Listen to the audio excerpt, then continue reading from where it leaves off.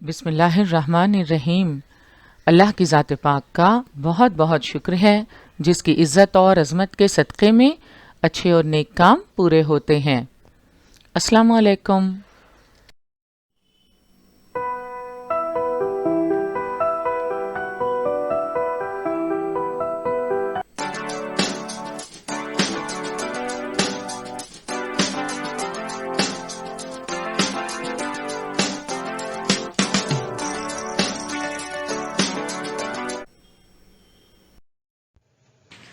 बृहन्मुंबई महानगर पालिका शिक्षण विभाग के तहत जारी वर्चुअल ट्रेनिंग सेंटर की जानिब से पेश होने वाले ई लर्निंग सेशन में आपका इस्तकबाल है। मैं हूं आपके मौलमा मैमुना शेख। तो आइए आपके तालीमी सिलसिले को आगे बढ़ाते हैं और शुरू करते हैं आज का हमारा सेशन। 5वीं जमात के लिए ज़बानदानी में स्कॉलरशिप इम्तिहान की तैयारी के इस सेशन में आपका इस्तकबाल है। आज के सेशन में हमारा मौजू है जुज़ नंबर 1 तफ़हीम का ज़ैली जुज़ इबारत और उस पर मबनी सवालात। पिछले सेशन में हमने मश्क के तौर पर 2 इक़्तिबासात का मुताला किया और उन पर मबनी सवालात के जवाबात दिए। उसी सिलसिले को आगे बढ़ाते हुए आज हम मज़ीद इक़्तिबासात को पढ़कर ख़याल और तसव्वुर को समझने की कोशिश करेंगे और उन इक़्तिबासात पर मबनी सवालात के जवाबात देंगे। इबारत और उस पर मबनी सवालात की मश्क करने से पहले आइए चंद हिदायत पर गौर करते हैं।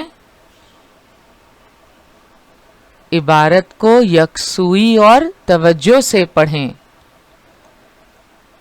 उसके मफ़हूम को अच्छी तरह समझ लें।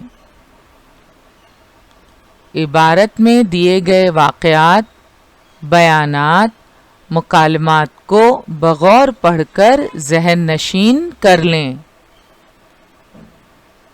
हर सवाल के मुतबादिल जवाबात को बगौर पढ़कर सही जवाब तलाश करें।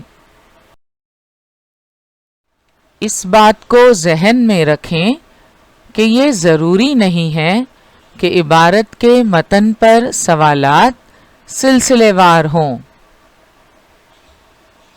इबारत को दोबारा पढ़ें, पहले जवाबात तय कर लें, फिर सही जवाब के मुतबादिल नंबर वाले दायरे को रंग दीजिए। इबारत पर कम से कम 3 सवालात पूछे जाते हैं। आज हम यहीं रुकते हैं। इंशाअल्लाह वीडियो के दूसरे हिस्से में हम मज़ीद इबारतों का मुताला करेंगे और उन पर मबनी सवालात के जवाबात देने की कोशिश करेंगे। एक बात आपको बता दें, इबारतें सिर्फ उर्दू ज़बानो अदब पर ही नहीं बल्कि मुख्तलिफ मौज़ूआत पर मुश्तमिल होंगी।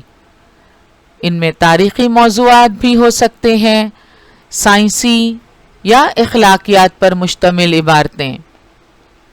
ज़रूरी है कि आपका मुताला वसी हो। वक्त की क़ैद है, इसलिए आपको रवानी से मुताला करने की आदत होनी चाहिए। ज़रूरी है कि आप दरसी कुतुब का मुताला करें। साथ ही साथ मज़ीद चंद बातों का भी आपको ध्यान रखना है। आइए उन बातों का यादा कर लें। इबारत और उस पर मबनी सवालात की मश्क करने से पहले आइए चंद हिदायत पर गौर करते हैं। इबारत को यकसुई और तवज्जो से पढ़ें। उसके मफ़हूम को अच्छी तरह समझ लें। عبارت میں دیے گئے واقعات، بیانات، مکالمات کو بغور پڑھ کر ذہن نشین کر لیں۔ ہر سوال کے متبادل جوابات کو بغور پڑھ کر صحیح جواب تلاش کریں۔ اس بات کو ذہن میں رکھیں کہ یہ ضروری نہیں ہے کہ عبارت کے متن پر سوالات سلسلے وار ہوں۔ عبارت کو دوبارہ پڑھیں، پہلے جوابات طے کر لیں، پھر صحیح جواب کے متبادل نمبر والے دائرے کو رنگ دیجیے۔ عبارت پر کم سے کم 3 سوالات پوچھے جاتے ہیں۔ آئیے شروع کرتے ہیں۔ عبارت نمبر 3 اور اس پر مبنی سوالات۔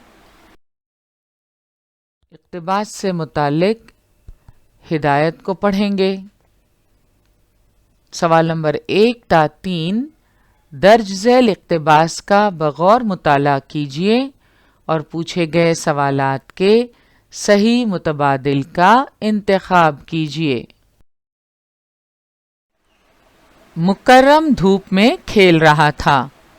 اس کے ایک ہاتھ میں آتشی شیشہ اور دوسرے ہاتھ میں کاغذ کا ایک ٹکڑا تھا۔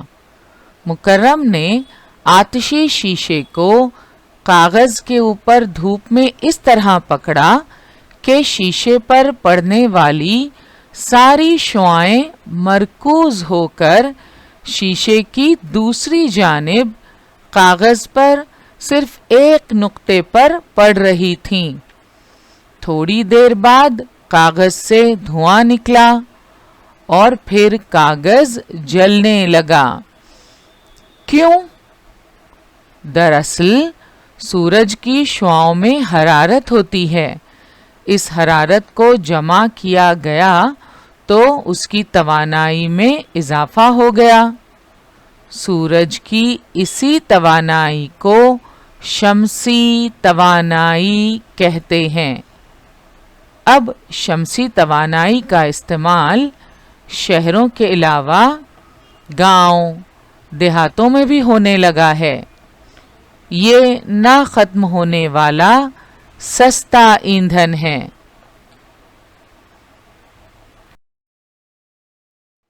ہم نے عبارت کا بغور مطالعہ کیا۔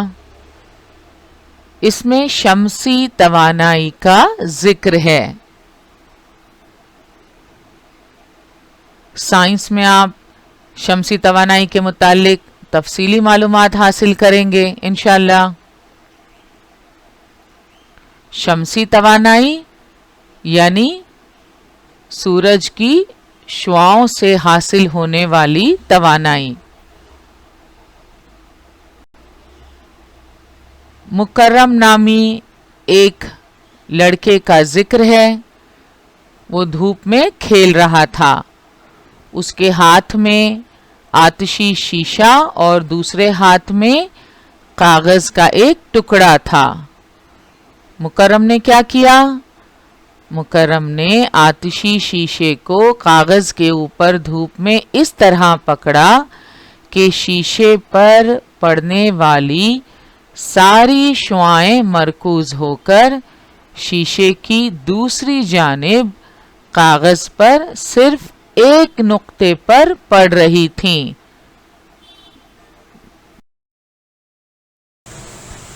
تھوڑی دیر بعد کیا ہوا؟ تھوڑی دیر بعد کاغذ سے دھواں نکلا اور پھر کاغذ جلنے لگا۔ کیوں؟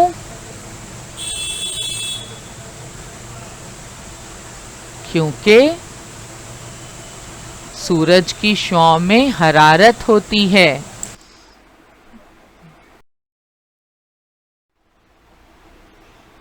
دراصل سورج کی شعاعوں میں حرارت ہوتی ہے۔ اس حرارت کو جمع کیا گیا تو اس کی توانائی میں اضافہ ہو گیا۔ सूरज की इसी तवानाई को शम्सी तवानाई कहते हैं।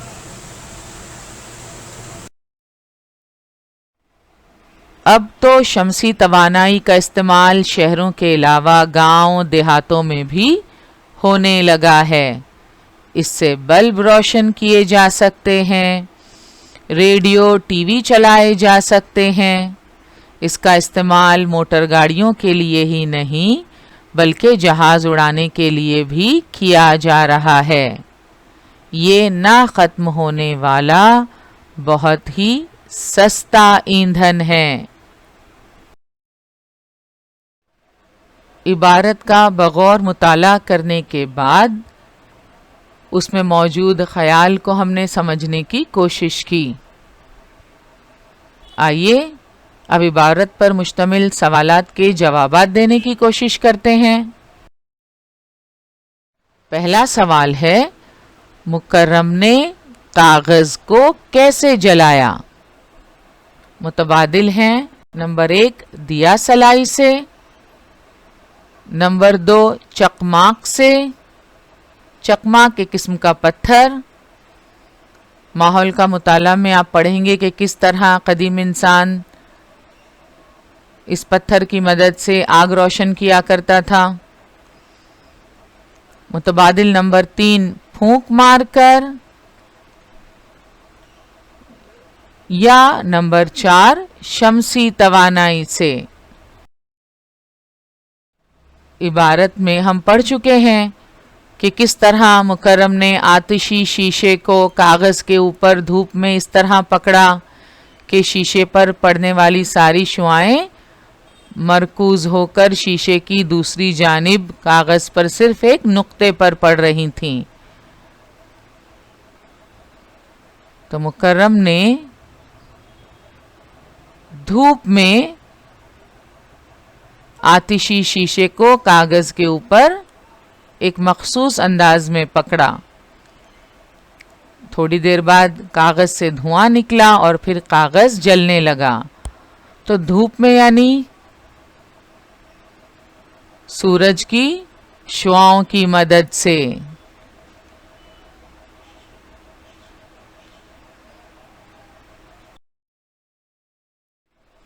तो मुकर्रम ने कागज को कैसे जलाया?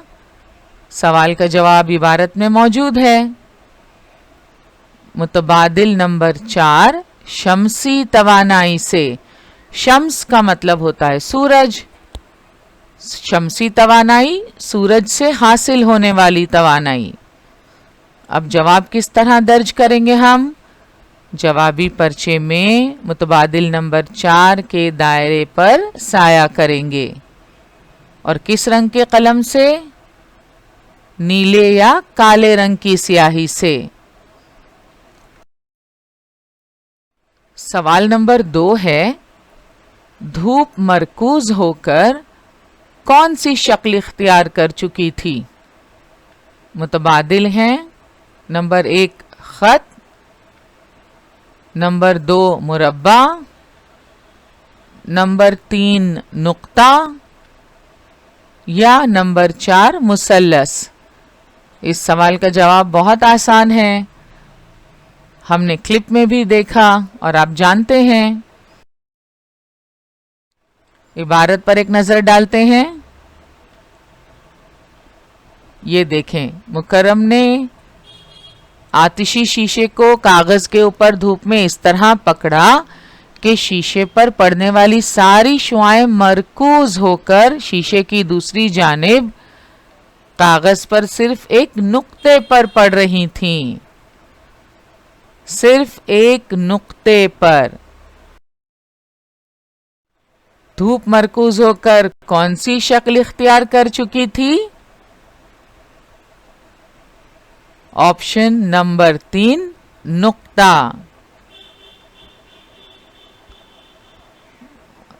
लिहाजा आप क्या करेंगे? मुतबादिल नंबर 3 पर सही जवाब है। हम 3 नंबर के दायरे पर साया करेंगे। धूप मरकूज होकर नुक्ते की शक्ल इख्तियार कर चुकी थी। सवाल नंबर 3 खानापुरी की शक्ल में है। शमसी तवानाई बहुत ही डैश ईंधन है। मुतबादिल हैं। नंबर 1 सस्ता, नंबर 2 कामयाब, नंबर 3 आतिशगीर, नंबर 4 महंगा। जानते हैं सूरज की रोशनी कुदरती तौर पर हमें हासिल है, जिसकी हमें कोई कीमत चुकानी नहीं पड़ती, तो ये महंगा नहीं है, कामयाब भी नहीं है और आतिशगीर भी नहीं है कि इसमें आग लगे फौरन।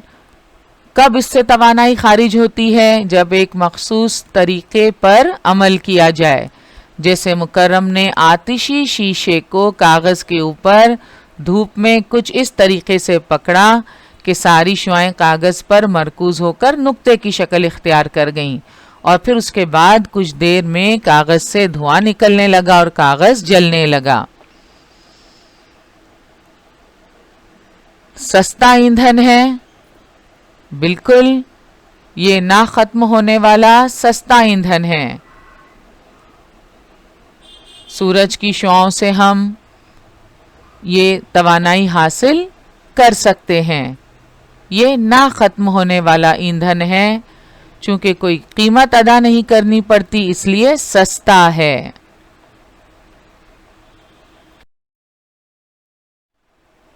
तो सही जवाब है मुतबादिल नंबर 1 सस्ता। लिहाजा हम क्या करेंगे? जवाबी पर्चे में नंबर 1 दायरे पर साया करेंगे। इबारत नंबर 4 और उस पर मबनी सवालात। फरवरी सन 2020 में स्कॉलरशिप इम्तिहान के पर्चे में जो इक़्तिबास दिया गया था, आइए उस इक़्तिबास का मुताला करते हैं। ये है फरवरी सन 2020 में मुनक्किद होने वाले स्कॉलरशिप इम्तिहान का पर्चा। आप देख सकते हैं यहाँ शुरुआत में इबारत दी हुई है और इबारत पर मबनी 3 सवालात। इसकी मश्क करते हैं। सबसे पहले हिदायत पढ़ेंगे। सवाल नंबर 1 ता 3 ज़ैल का इक़्तिबास पढ़कर उसके नीचे दिए हुए सवालों के सही मुतबादिल पहचानिए। उम्मुल खैर राजस्थान के पाली गांव के एक गरीब घराने में पैदा हुई। इब्तिदा ही से उसकी जिंदगी दुख और मुसीबत से भरी थी। बचपन ही में उसके वालिद ने दूसरी शादी कर ली। 5 साल की हुई तो वो अपने अब्बू के साथ दिल्ली की एक झोपड़पट्टी में रहने लगी। जब थोड़ी बड़ी हुई तो वो अपना खर्च निकालने के लिए बच्चों को ट्यूशन पढ़ाने लगी। इसी दौरान उसे हड्डियों की एक खतरनाक बीमारी हो गई, जिसमें मामूली चोट पर भी हड्डी टूट जाती। उसके तकरीबन 17 ऑपरेशन हुए। इसके बावजूद उसने तालीम जारी रखी। सन 2017 में मुल्क के सबसे बड़े कलेक्टर के इम्तिहान में कामयाबी हासिल की। इस इम्तिहान में उसने कुल हिंद सतह पर 420वां और 50 मुस्लिम उम्मीदवारों में 17वां मकाम हासिल किया। इस इबारत में उम्मुल खैर नामी एक बाहिम्मत लड़की के हालात ज़िंदगी को बयान किया गया है। उम्मुल खैर कहाँ की रहने वाली थी? राजस्थान के पाली गांव की। एक गरीब घराने में पैदा हुई। जिंदगी दुख और मुसीबत से भरी हुई थी ابو کے ساتھ دہلی کی ایک جھونپڑ پٹی میں رہنے لگی جب وہ 5 سال کی تھی۔ تھوڑی بڑی ہوئی تو اپنا خرچ نکالنے کے لیے بچوں کو ٹیوشن پڑھانے لگی۔ یہی نہیں، اسے ہڈیوں کی خطرناک بیماری بھی ہو گئی، جس میں معمولی چوٹ پر بھی ہڈی ٹوٹ جاتی ہے۔ اس کے تقریباً 17 آپریشن ہوئے۔ ان سب کے باوجود اس نے اپنی تعلیمی سلسلے کو منقطع ہونے نہیں دیا، تعلیم جاری رکھی۔ 2017 میں ملک کے سب سے بڑے کلیکٹر کے امتحان میں کامیابی حاصل کی۔ اس امتحان میں اس نے کل ہند سطح پر پورے ہندوستان سے جتنے امیدوار اس امتحان میں شریک ہوئے تھے ان میں 420واں اور 50 مسلم امیدواروں میں 17واں مقام حاصل کیا۔ تو یہ کہانی ہے ام الخیر کی، جو ایک باہمت اور حوصلہ مند خاتون اس کے حالات زندگی سے ہمیں بھی بہت ہمت اور حوصلہ ملتا ہے۔ ام الخیر کے حالات زندگی پر مبنی اس عبارت پر مشتمل سوالات کے جوابات دینے کی کوشش کرتے ہیں۔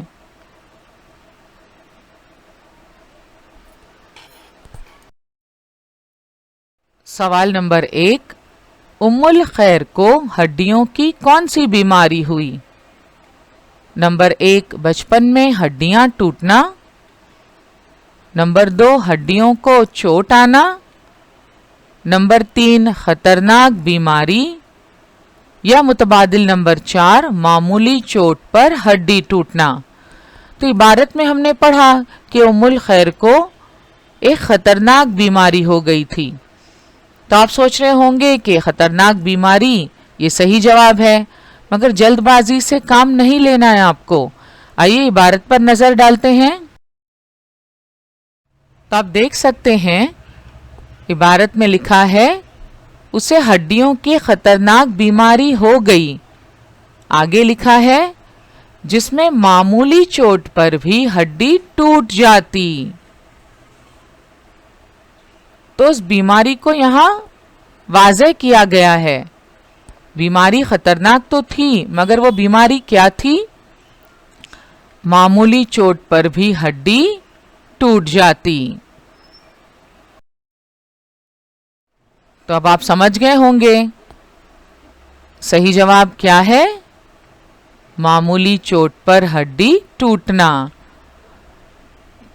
تو آپ کو جلد بازی سے کام نہیں لینا ہے۔ اگر آپ جلد بازی میں یہاں متبادل نمبر 3 پر صحیح کا نشان لگاتے، سیاہ دائرہ بناتے تو جواب غلط ہو جاتا۔ خطرناک بیماری تو تھی ام الخیر کو، مگر اسے بیان کیا گیا ہے عبارت میں، اور آپشن میں متبادل میں بھی اس کا ذکر ہے، لہٰذا ہم اسے منتخب کریں گے۔ متبادل نمبر 4 پر صحیح جواب ہے، تو جوابی پرچے میں 4 نمبر کے دائرے پر سایہ کریں گے نیلے یا کالے رنگ کی سیاہی سے۔ سوال نمبر 2، کلیکٹر کے امتحان میں ام الخیر نے کل ہند سطح پر کون سا مقام حاصل کیا؟ متبادل ہیں نمبر 1 50واں، نمبر 2 420واں، نمبر 3 42واں، یا نمبر 4 402واں۔ عبارت میں آخر میں بتایا گیا ہے اس امتحان میں یعنی کلیکٹر کے امتحان میں ام الخیر نے کل ہند سطح پر 420واں اور 50 مسلم امیدواروں میں 17واں مقام حاصل کیا۔ تو ہمارے سوال کا جواب یہاں موجود ہے، کل ہند سطح پر 420واں مقام حاصل کیا۔ صحیح جواب متبادل نمبر 2 420واں، لہٰذا ہم جوابی پرچے میں 2 نمبر کے دائرے پر سایہ کریں گے۔ کلیکٹر کے امتحان میں ام الخیر نے کل ہند سطح پر 420واں مقام حاصل کیا۔ सवाल नंबर 3, इस इक्तिबास के लिए आप ज़ैल में से कोई एक उन्वान का इंतखाब कीजिए। 4 उन्वानात दिए हुए हैं। इस इक्तिबास के लिए कौन सा उन्वान मौजू है?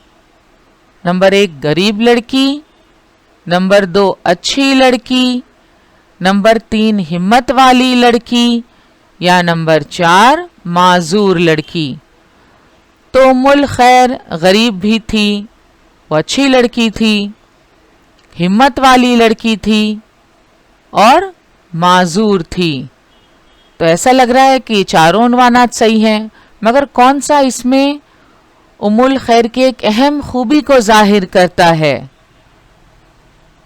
जिसकी वजह से उम्मुल खैर एक मकाम हासिल कर पाई? वो कौन सी खूबी थी उम्मुल खैर में? इबारत में हम पढ़ चुके हैं, उसका ताल्लुक एक गरीब घराने से था। अपना खर्च निकालने के लिए वो बच्चों को ट्यूशन पढ़ाती थी। खतरनाक बीमारी हो गई थी, मगर इन सब के बावजूद उसने हिम्मत नहीं हारी, तालीमी सिलसिले को जारी रखा और सन 2017 में मुल्क के सबसे बड़े कलेक्टर के इम्तिहान में कामयाबी हासिल की। इससे पता चलता है कि उम्मुल खैर एक बाहिम्मत लड़की थी, जिसने मुश्किल हालात का डट कर मुकाबला किया, हौसला नहीं हारा, बल्कि तालीमी सिलसिला जारी रखते हुए मुल्क के सबसे बड़े इम्तिहान में नुमायां कामयाबी हासिल की।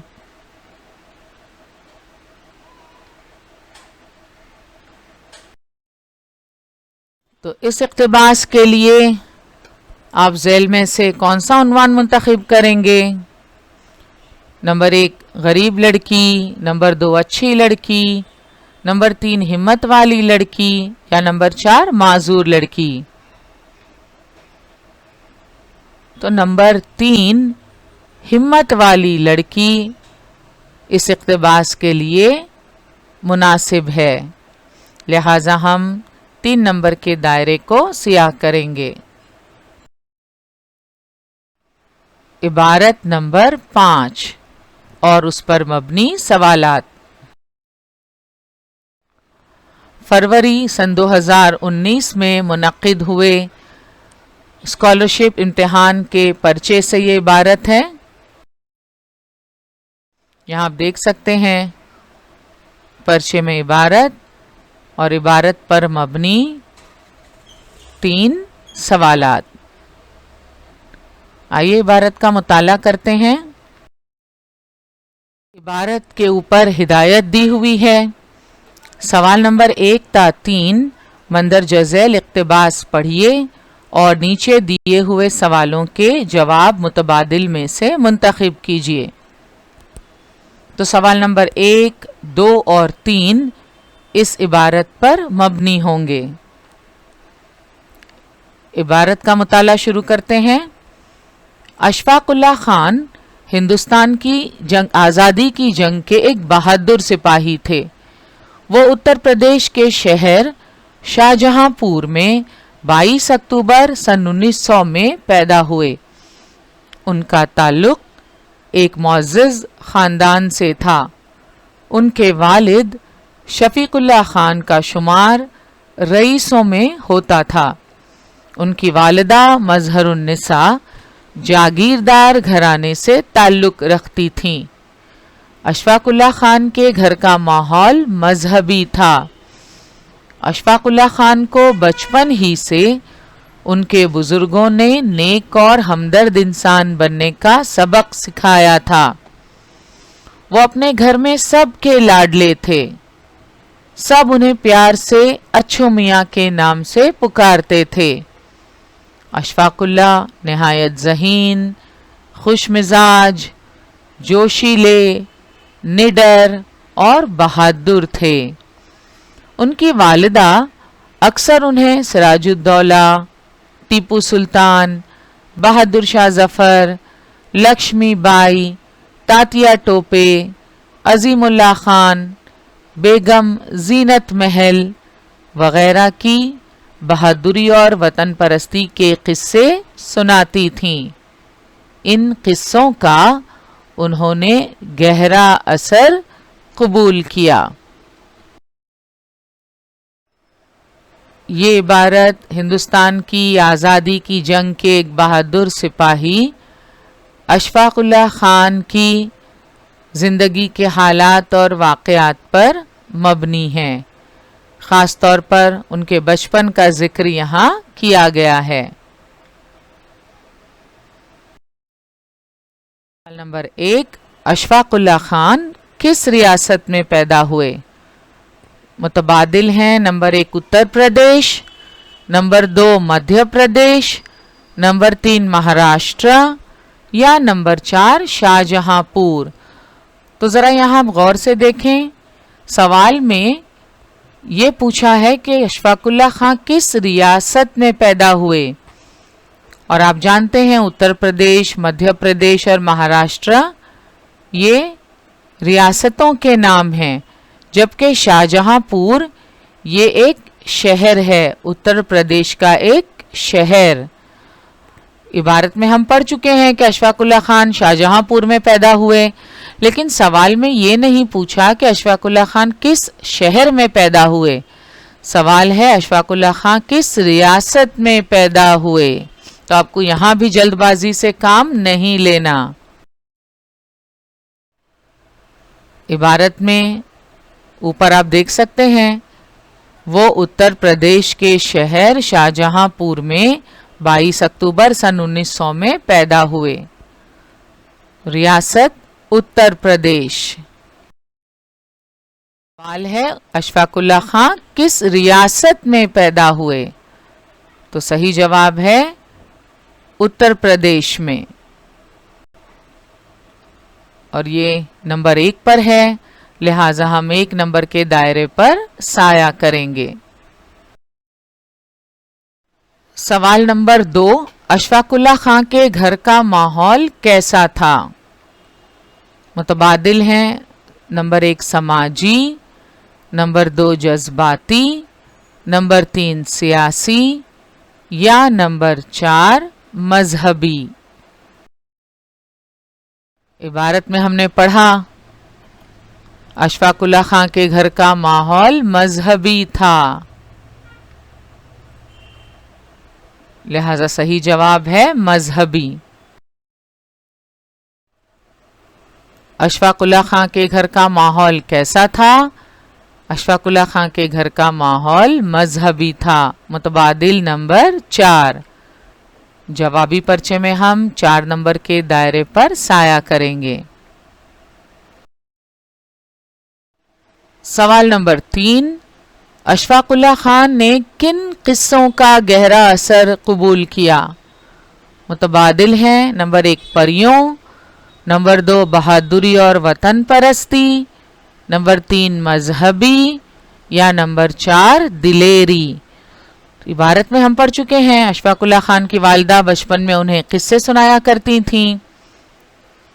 وہ قصے کس قسم کے ہوتے تھے؟ یہاں دوسرے پیراگراف میں آپ دیکھ سکتے ہیں ان کی والدہ اکثر انہیں سراج الدولہ، ٹیپو سلطان، بہادر شاہ ظفر، لکشمی بائی، تاتیا ٹوپے، عظیم اللہ خان، بیگم زینت محل وغیرہ کی بہادری اور وطن پرستی کے قصے سناتی تھیں۔ ان قصوں کا انہوں نے گہرا اثر قبول کیا۔ تو قصے بہادری اور وطن پرستی کے ہوتے تھے۔ مختلف تاریخی شخصیات کی بہادری اور وطن پرستی کے قصے، اور ان قصوں کا اشفاق اللہ خان نے گہرا اثر قبول کیا۔ تو صحیح جواب کیا ہے؟